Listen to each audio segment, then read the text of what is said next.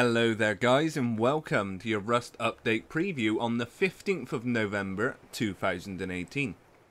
Electricity is here, at least the initial implementation. Expect a lot of changes to everything I show today. Most things currently are craftable, costing mostly high quality metal and components. I'm not going to go into the full details on what everything costs, seeing as there are a lot of items and they are subject to change. The first new item that we have is the generator. It is obviously a source of power and it gives you free outputs. Currently it doesn't require any fuel to run it, however I would expect that to change. Next up we have the large solar panel. This is a second source of power, however it only has one output. It will only power while the sun is out, and the power gained is determined by how it is angled compared to the sun, and it needs to be in direct sunlight. We also have alongside the large solar panel a small rechargeable battery. It is a power storage and you can use solar panels to charge these up and then use the power whenever it is needed. Next up we have the splitter. It's a very useful tool if you wish to get more outputs. You put one input into it and it will give you 4 outputs. However, you can only use one splitter per generator. Then next up we have the simple light. One of the main reasons for electricity is to be able to see when it's dark. Once power has been given to one light, you can take a wire from the light that is wired in, and that will give you another output. And then getting into how you control your electricity, we have a switch, which is very simple in how it works. You put a source of power to it, and an output for the power source. You flip the switch and then the output will work. Next up we have an OR switch, which is similar to the switch, except there isn't a switch. This essentially allows you to use 2 power sources, and as long as one of those is working, the output will receive power. Then next we have the AND switch. This one is more similar to a switch, except it takes 2 inputs. Both must be powered for the AND switch to give you an output, meaning you could hook up multiple switches to activate one output. Now we have something slightly more complicated, and this is the blocker. A blocker will block a power input if another input is currently in use, meaning that you could set a solar panel as the blocker, which means whenever the sun is out, you will not get power to your output. This would be the ideal way to set up lighting that only comes on at night. Then following on from this, we have some nice little ways to control your doors. This here is the door controller.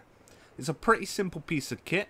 If you wish to control a door with a switch or any other means of giving power to it, you just place this next to the door you wish to control. When it's powered, the door will open. Using this will not restrict the door being used normally. And then going back to ways to control your power, we have the timer switch. It's pretty simple, much like the initial switch. It has one power input and one output. When you flip the switch, power will reach the output, however the timer will then count down. When the timer is up, the power goes off again. I do believe that the intentions with this is to have a customizable timer on it, so that it takes the amount of time that you set. Then next up we have something that is hopefully going to come in a lot better in the future when we get some more additions. This is the laser detector. It's pretty simple. If you break the laser beam, power activates. If you break the laser beam again, it will deactivate. It has one power input and one power output. Then lastly we have the pressure pad. This is essentially the same as a switch, except it's on the floor. It has one input and one output. You stand on it to turn the power on, and then you stand on it again to turn the power off. This isn't very ideal for doors because when you run over it, the door will open, but when you run off of it, it doesn't close.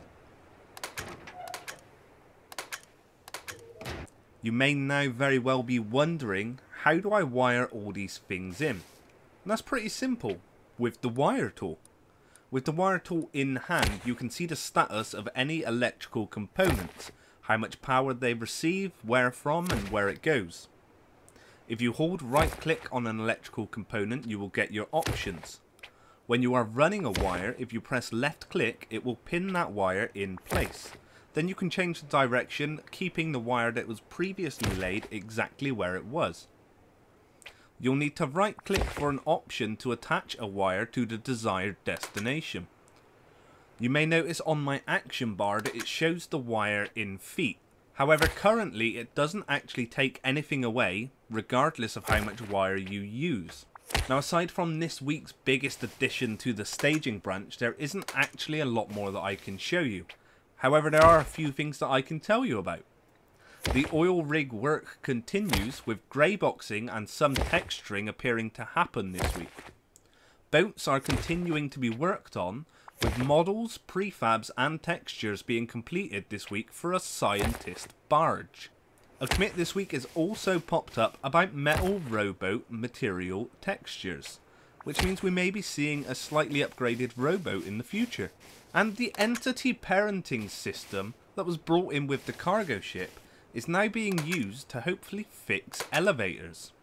A fire extinguisher is being worked on, and if you check the description there is going to be a link to Thomas Butter's art station, and you'll be able to take a look at the model and spin it around a little bit.